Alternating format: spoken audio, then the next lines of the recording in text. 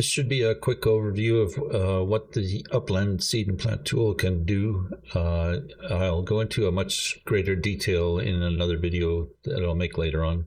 This is basically just going to cover all of the main points and how you would use it. It is a Chrome-based browser extension.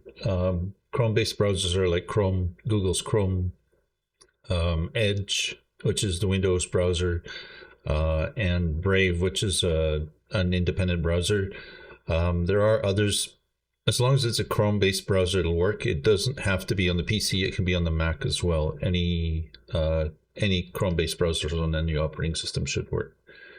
To find the Chrome store, the quick way to do it is to go to the extensions and then visit the web store. I've got the tab open already, and you would search for Upland, and you should end up with a number of extensions available for Upland. The one that we're looking at today is the Upland seed and plant tool. I already have it installed, but this is where you would click to install it. So that's how you find it. How you would use it: once you install it, it should appear in your extensions list. If you have never used it before, it will appear like this, where it's not showing all the time. If you want it to show all the time, just click the pin icon and it will always be there. It looks like a little flower pot. Once you've installed it, you will need to refresh Upland if you have it open. It's just a normal thing for all extensions as far as I found it. Once you enable the extension, you have to click refresh on the page. So I'll just do that now. I'm already signed in for Upland, so I don't have to worry about that. The extension was designed to help people plant seeds. Upland at the moment, let's start with feeding them, which operates in a similar fashion. If you go to your Assets tab and then all the way over to Plants, you'll see that there's a Feed button, and to make it easy, they've made it so you can just feed all of the ones that are due. You could feed them individually, but that will take a while if you have a lot of plants, as I do. If I just press Feed All Due, it will feed all of them at once. But to make it even easier, like this, it's not like that's difficult. It's just click there, click the Assets button, and then you have to scroll all the way over to here to find plants, and then press that. I've just simplified it so that you just press in the Feed tab, you just press Feed All Plants, and it will do all of that automatically. All this is doing is just pushing the buttons for you. But it will get to the point where, as you'll see, it's essentially pushed this button, and now it's waiting for you to approve that you're going to be spending the stem on feeding the plants. Stem costs actual money, so this is why the extension pauses here. It's because it wants to make sure that you know that's how much you're spending. It's real money. I don't want the extension to be spending anything for you. The idea is that you still have to push the button yourself. So in this case, I do want to feed them. I'm going to press the button, and you'll see it just went success and cleared the window. So if you were to, normally you need to feed your plants twice a day. If you were to come in here 10 times a day and press the Feed All Plants button, I'll just do that now. So I've already fed them, and now I'm just going to try again. And you'll see that no plants needed feeding, and it'll say that here as well as there.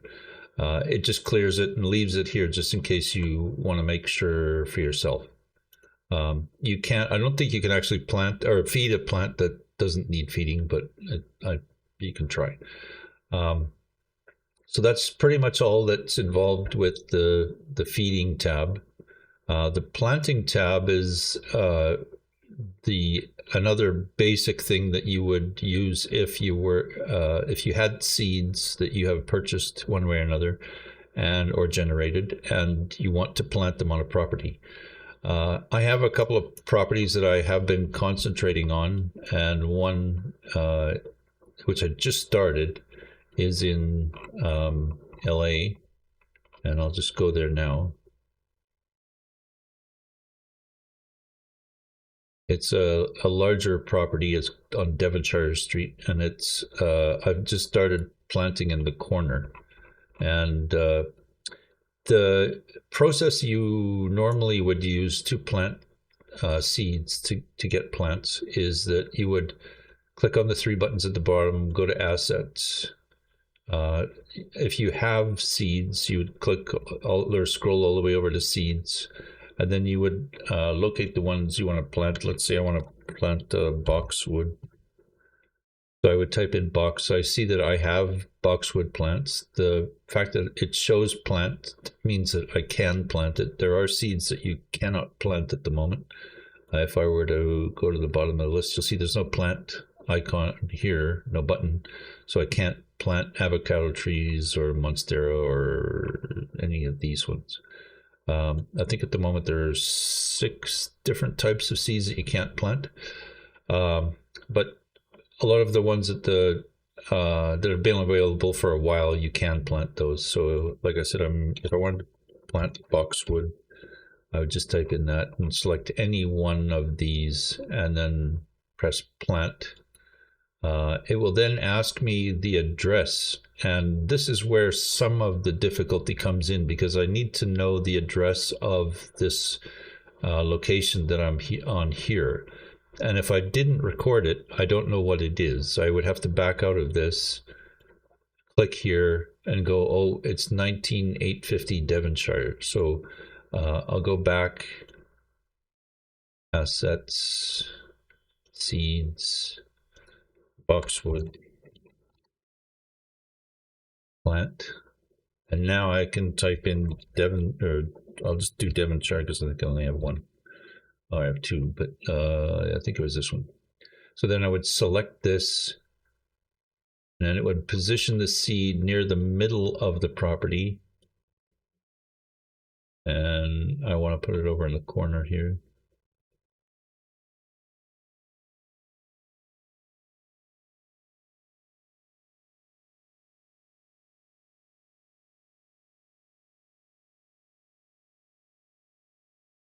And that's where I want it to go. So I would then push position item as I accept that. I would go yes, and then I would move on to the next one.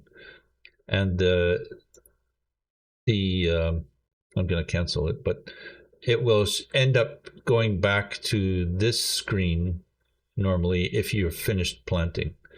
So now you're back to having to start all over again for the next one. And this tool is designed to help reduce the fatigue that's generated at the moment with having to plant seeds, because you constantly have to enter the seed type and then enter the address and then do all those other things. So this is just taking away some of the tedious steps that are needed to be done. And again, it's not spending anything for you. You still have to push the plant button to spend essentially the money that it would take to plant that seed.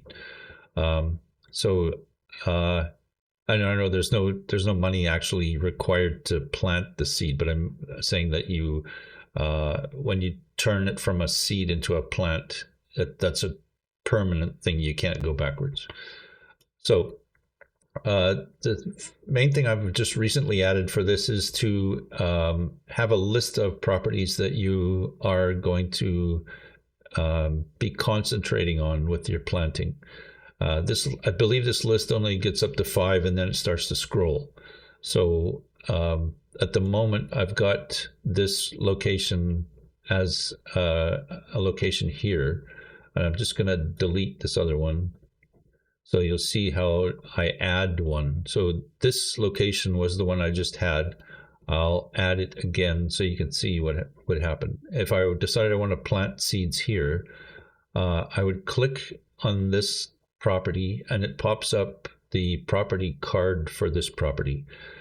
This application, this extension, grabs the street address and the city and state of this location and shows it to you here.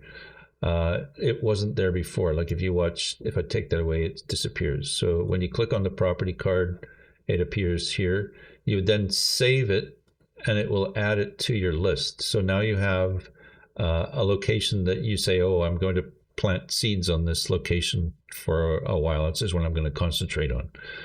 For me, it's this is the one I want to concentrate on. So this is the one that I want. So if I were somewhere else, let's say I'm over here somewhere, and I decide that I want to plant on, today I want to plant on my Devonshire location.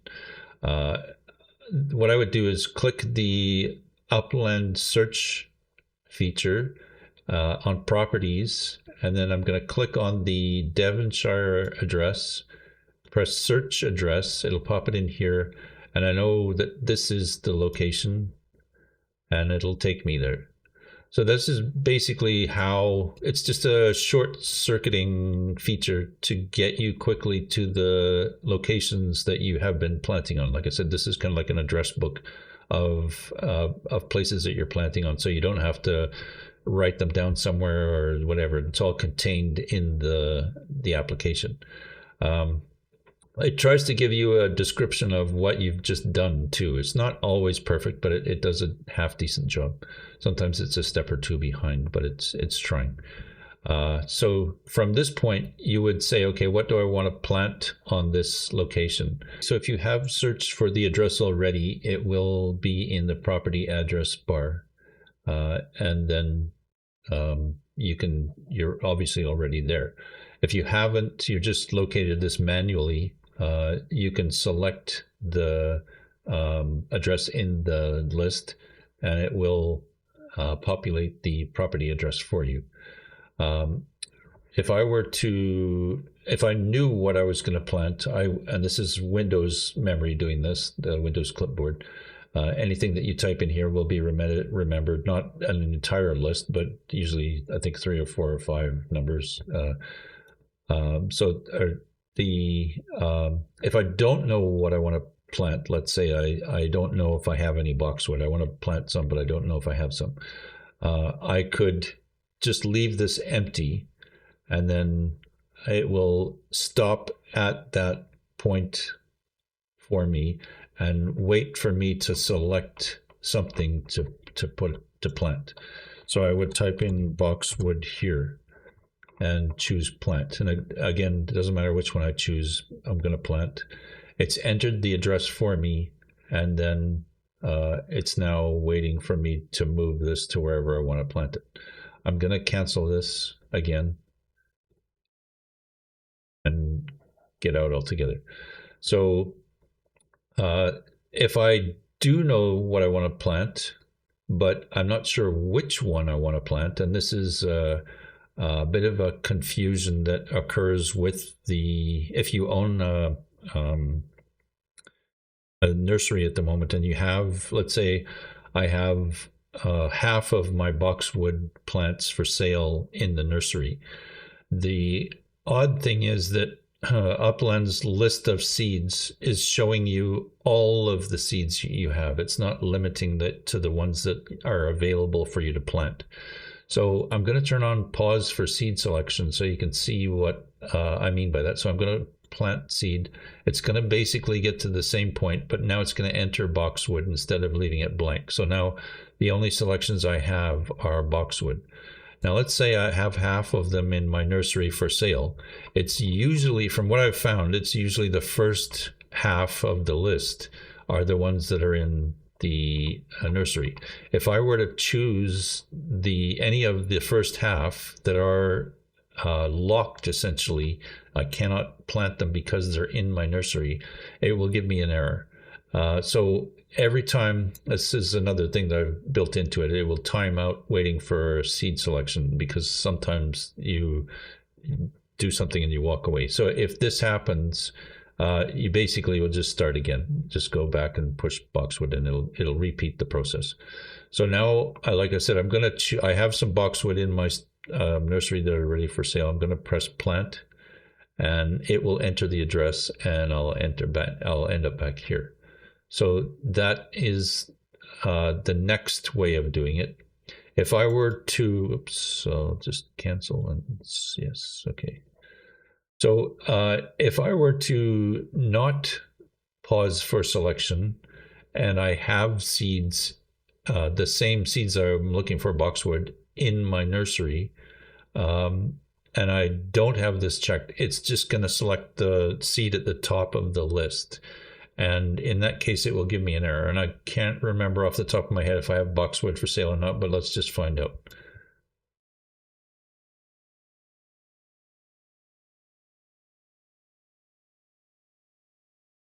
Okay, so I believe it lets you attempt to plant it, but if it is locked, it won't let you finish. So let's just try planting it.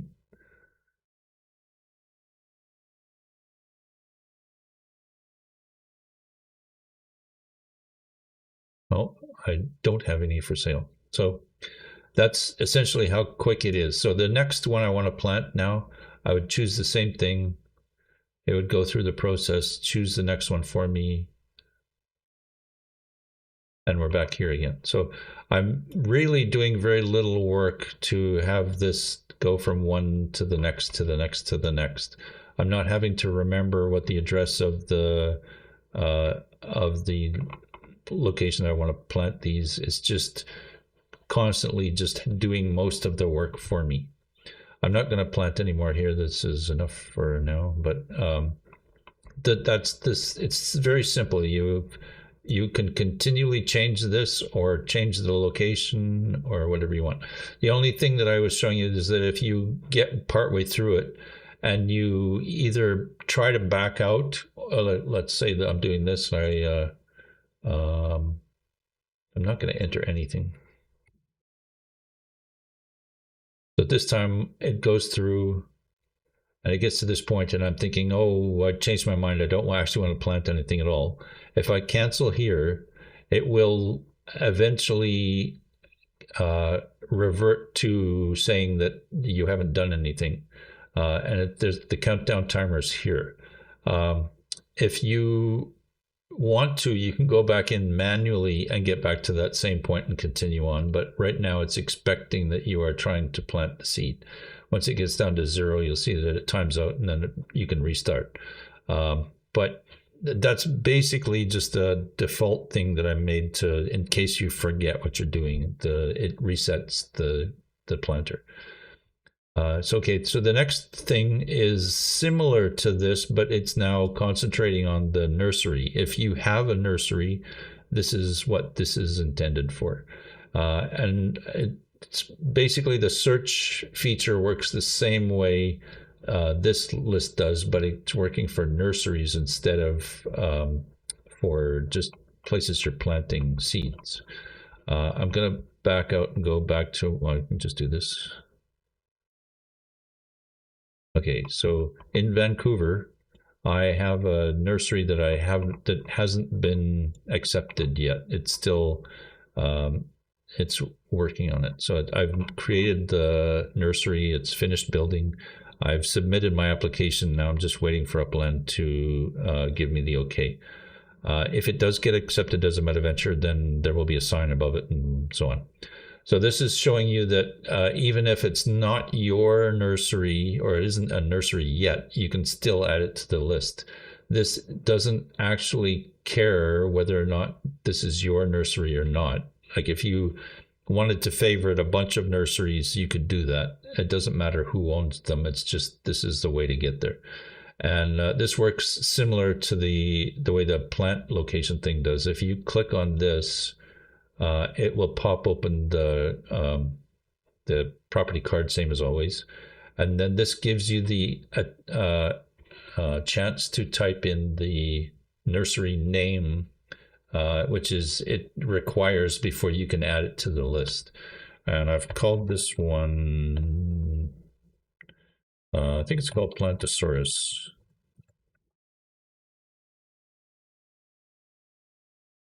I can always change that later if I got it wrong. Plantosaurus. So then it knows the name and the locations, or just press save, and now it's in the list. You can edit them if you've done something wrong or whatever. So I can't buy or sell seeds here yet. So I'm going to go to my other one, which is in Paris, Saint Denis in France. So if I click here and then open the search window, and again, search for the address that's highlighted, it'll pop it open there. And then this is the one, I know this from experience.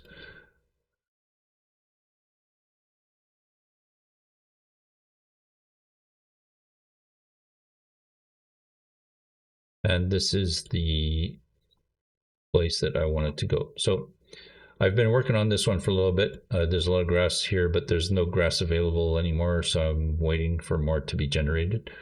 Once you click on the label, it will bring you into the store.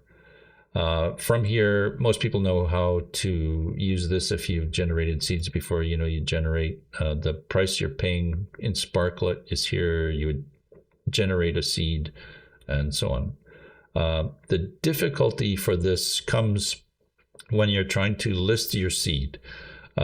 Because of the it's similar to planting, whereas there's you have to enter the name and the amount you want to charge for the seed. So I'll just walk you through how you would do it if you weren't using the tool. So you would list the seed.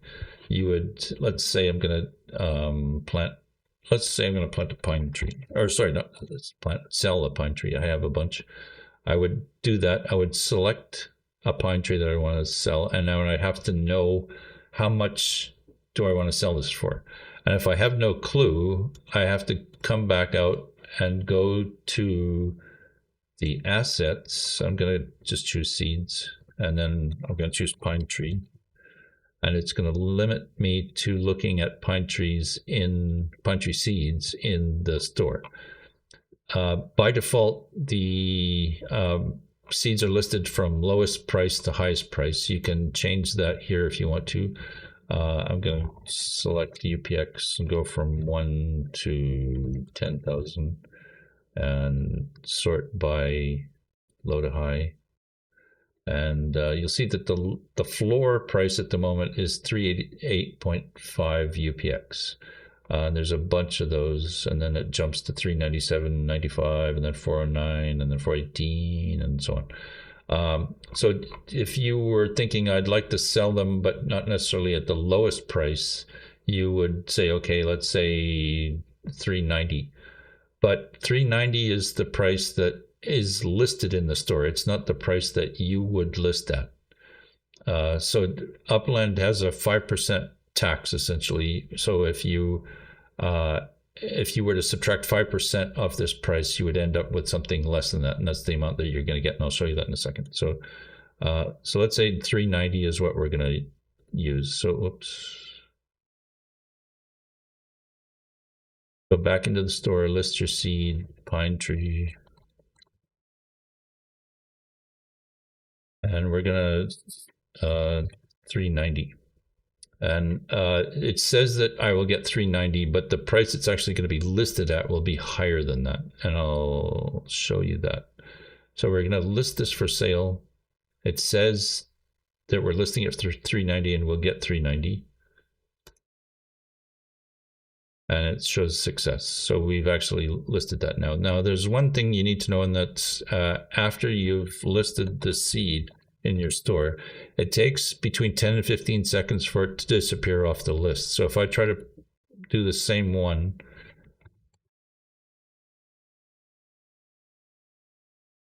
it gives me the oops error because I'm trying to list the same seed twice, and it can't do that.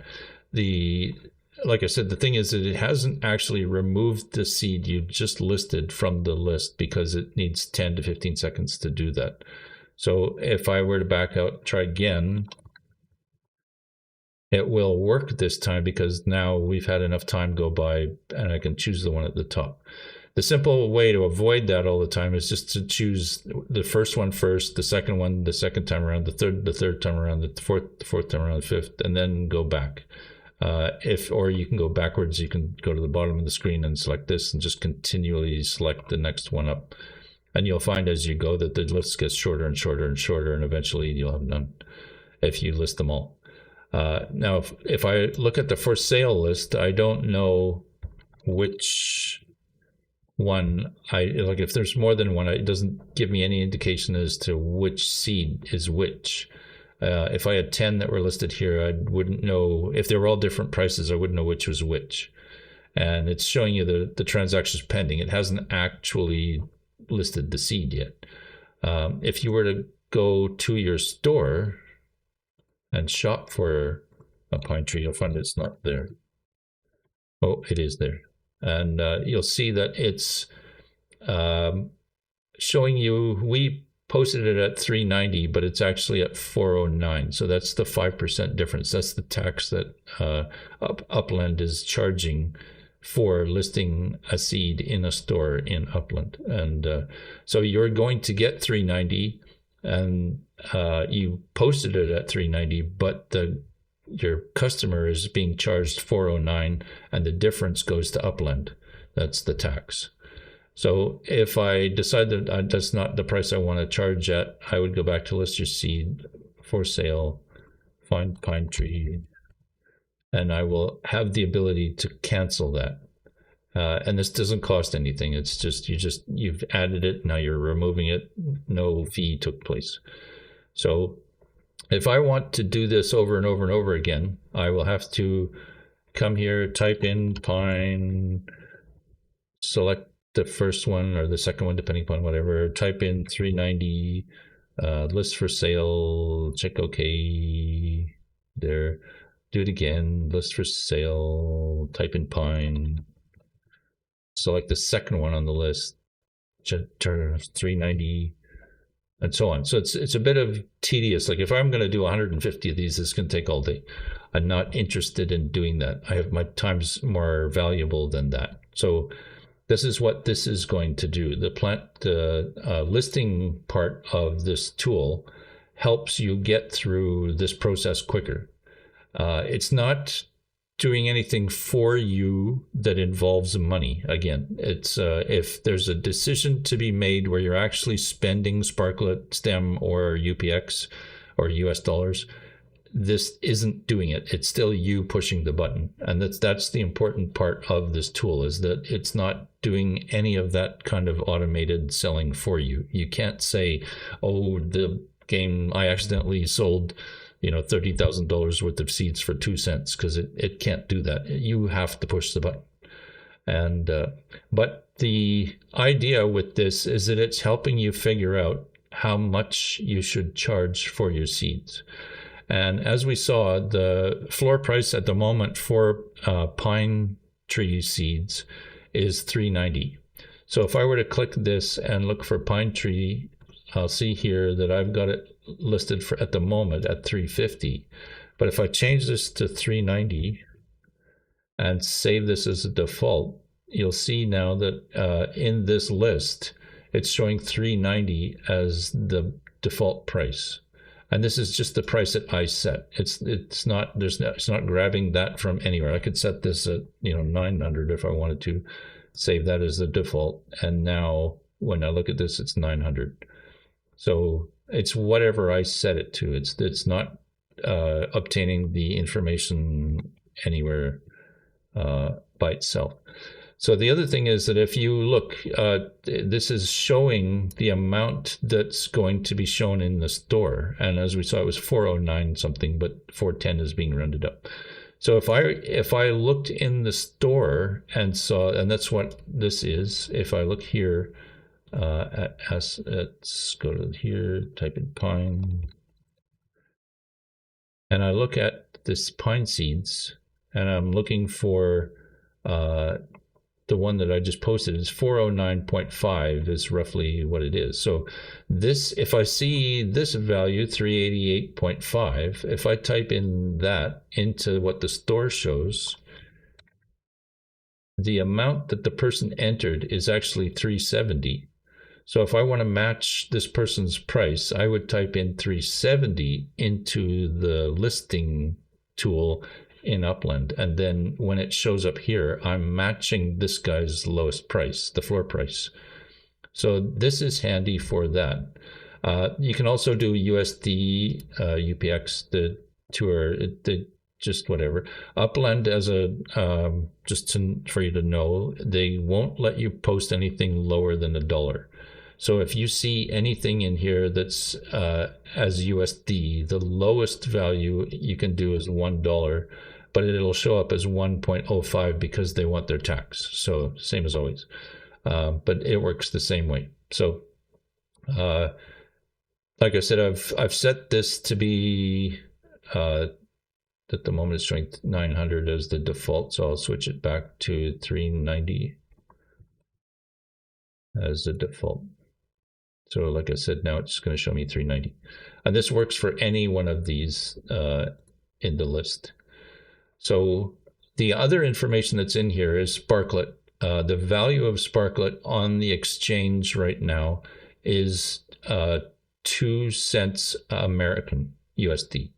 And that price was updated at 12.48, and right now it's 3.21. So this price updates every 3 hours roughly, and there's no need for it to grab a price any faster than that. It doesn't change that often, and really it doesn't very much all that quickly. Like if you, this is the same tool essentially, and it's showing you how often Sparklet changes value, and it's like it's been fairly level for a while now.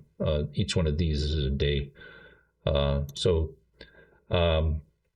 If you want to quickly know how much Sparklet is costing for what you're doing, and let's say right now, I'll just show you what this is useful for. If you were to go into your store and you want to generate a seed, right now it's you would need to spend 10.7 Sparklet to generate 1 seed. And that's, for me, it's a bit high, so I'm not going to do that. But if, let's say I want to find out how much is 10.7 Sparklet in US dollars at the moment, I could type that in here. 10.7 is approximately 22 cents. And so this would let me know how much this amount of Sparklet is, like the seed is now worth 22 cents. It's not, but I'll tell you why in a minute. But this is the rough amount you can look at and know, oh my God, 10.7 Sparklet is 22 cents. So the next thing you want to do is type in let's say you are going to generate seeds. So it's 10.7. And the tax fee that's here is actually, it's not tax fee, it's transaction fee.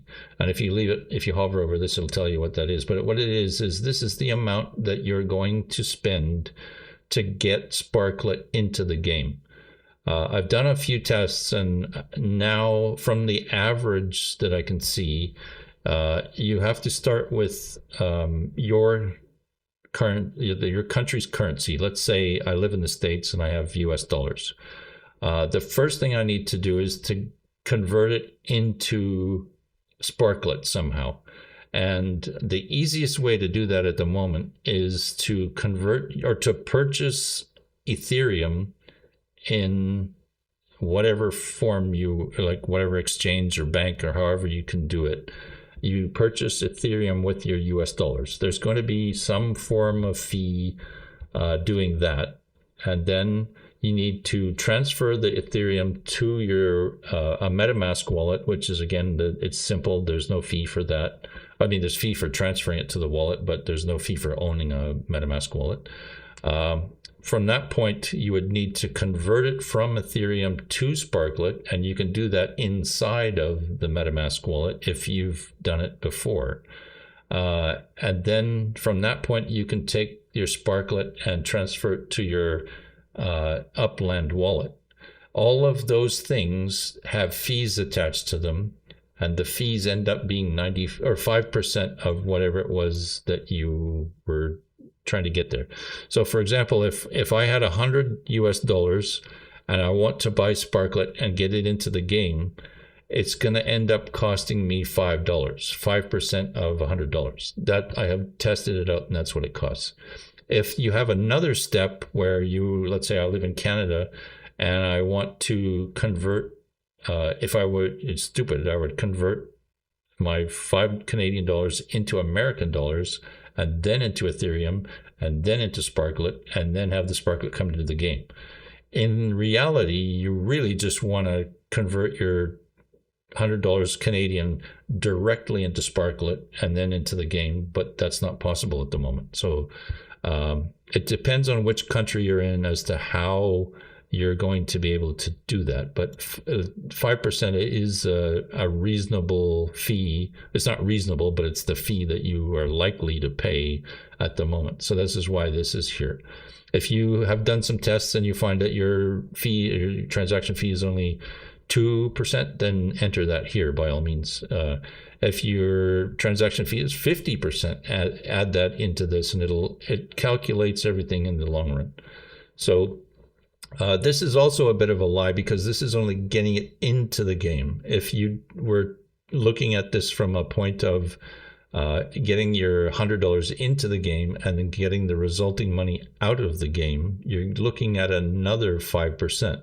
So you could actually bump this up to 10%, and then it will be a more accurate profit number for you. You would see that, like instead of 100 and what was it, 150 something, 157, with a 10% fee, they're getting into and getting it out of the game, you're down to 146 UPX. If you're selling pine tree seeds at 390. So if you wanted to, like, I mean, the floor price is, I think we said it was 388. So yeah, the guy's selling at 370. So if you were to match that person's price, each seed that you sell will give you 125 UPX out of the game.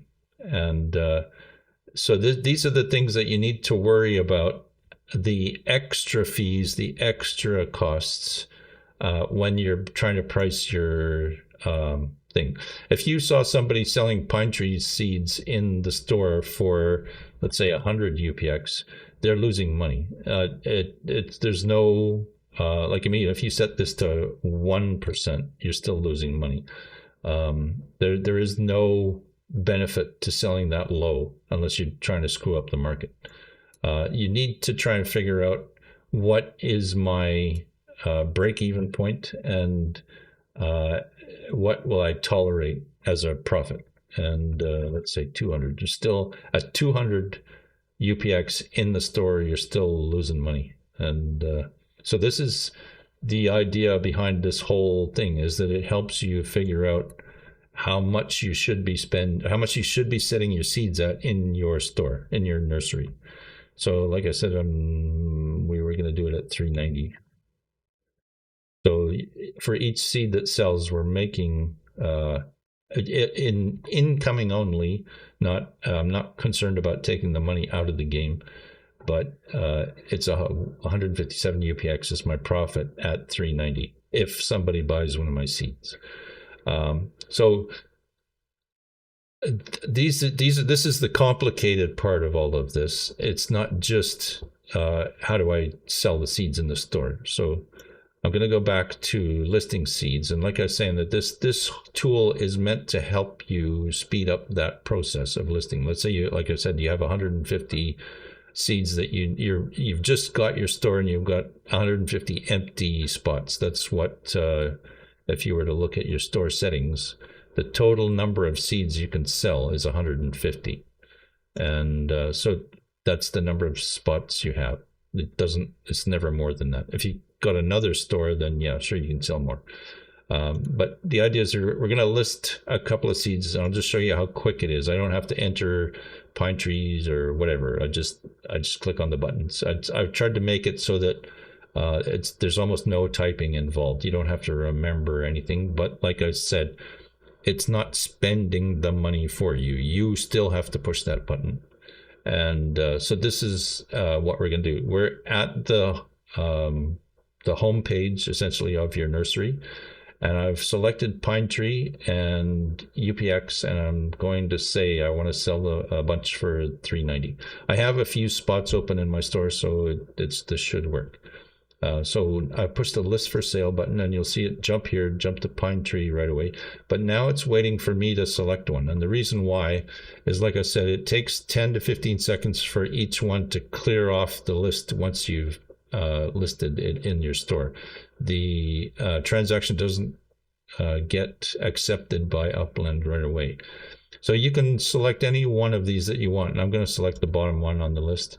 It now automatically enters the $3.90 price that we had, and then I list for sale, and then I say, yes, that's actually what I want to do, and it jumps me back to the main menu. So I've now listed one seed.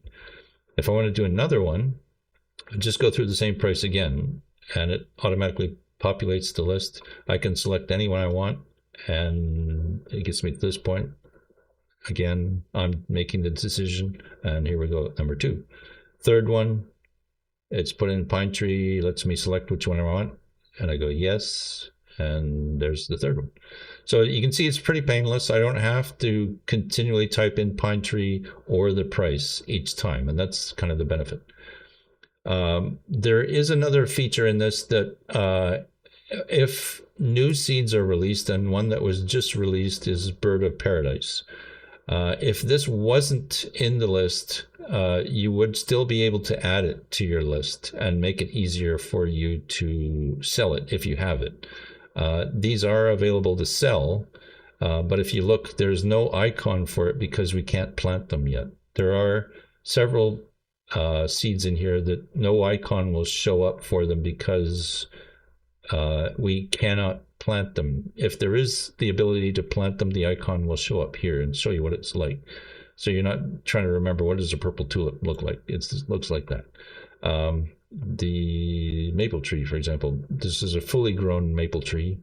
Orange daisy, this is a fully grown orange daisy. The sunflower seeds, they're fully grown sunflower seeds. So it automatically will show you the type of image you're going to get once it's fully planted and grown on your location. If, let's say, for example, tomorrow Upland released a new seed, and I don't know what's one off the top of my head. Let's say it's cucumbers. I know that's not a plant, but it's not a flower, but let's pretend it's a flower. And it's not in your list, but you have generated some. You've got like 10 cucumbers you want to sell in your store. How do you sell them with this tool automatically? You could still do it manually. You could still go and list them by yourself. But if you had, like, let's say you had 50 of them and you wanted to do it, you don't want to do it by yourself because that's a lot of work. You can come in here and add and click on the plus button, and this allows you to enter the seed on your own. And in that case, it will work the same way. You're now adding your own type of seed. If you try to add something that doesn't exist in your list, it will give you an error. But like I could, if I were going to do you'll see that if I get it right, the sunflower package will show up. If I were to put sunflowers, it's not. So this is the way you would know if you're spelling it correctly. If you were trying to do this again with sun and space flower, again, it's not going to work. So you'll know if there is a new seed and you want to try and add it by yourself, that will be one way. The other thing is that it may be a shrub or it might be a tree. And again, you're not going to know which one it is if you have no idea what it is. But the only thing that this is doing is this part of the equation is to give you the full grown picture of the plant when it's done. If the seed has just been released and you can't plant it yet, that's not going to matter because it's not it doesn't exist yet. So anyways, I'm just going to do this. So once you have entered a bunch of seeds, they will show up in your list and you can add or delete them if you want. So this is pretty much everything that this tool can do at the moment. Like I said, feeding plants is just to speed things up. Planting plants, again, is a way to speed things up. Searching for your nursery is a way to keep track of where your nurseries are. And listing plants is for your store. This can also be, even if you didn't have a nursery, you could still use this to help you figure out how much should I spend on a particular seed that's in the store. It'll show you how much that person is making from that seed. If you decide that you want to spend 9,000 UPX on a sunflower, you now know that the person selling it is making roughly 8,767 UPX for that sale. You're handing over a decent chunk of change for that seed. And this is why sometimes when you look in the store and you see that things seem overpriced, it's because people are trying to take advantage of you. It's not always the case. Maybe there's a reason for the price being that high. And I'll show that in the next video that I make. But this is basically just the basics of this tool. So I don't think I'm going to be entering or adding any more to this tool. I think it's complete the way it is. At some point, Upland will change the way this whole store selling seeds and everything works. So this might not even be useful for very long. But while it is, I'm hoping that people get some use out of it. So thank you for watching, and good luck.